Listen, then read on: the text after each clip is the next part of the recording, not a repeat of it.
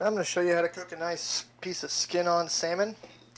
So what I'm going to do is I'm going to take this wonderful piece of salmon, I'm going to brush it with some olive oil, and I'm going to put the skin on the bottom side of the grill.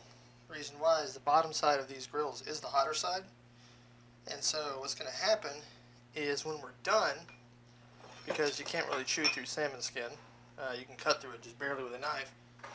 And when we're done, what's going to happen is we are going to put a little salt and pepper on this. When we're done, we're just going to slide it right off the skin. You'll see it's pretty neat. So let's just take our salmon. You'll see skin side right there, skin side down. Give it a nice little rakish tilt. And this is probably going to take it's a pretty decent sized piece of salmon, probably about 3 minutes or so for a nice medium rare. So we're going to close this down on there and come back and look at our wonderful piece of salmon in about 3 minutes.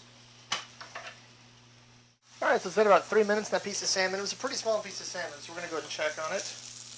Look at that. That is wonderful looking. Let's zoom in a little bit. Notice the perfect grill markings on top, the nice crisp brown glaze there on the top. That's a beautiful looking piece of fish.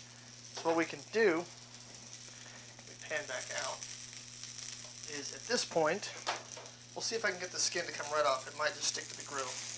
Nope, the non-stick on this is a little too good. So what I can do, I can choose to flip it over right now.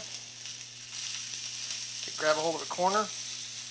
You can see I can just peel it right off. I'm going to leave it on there though, because I'm going to serve it with the skin on. Because some people actually eat it skin on. So I'm one of those people.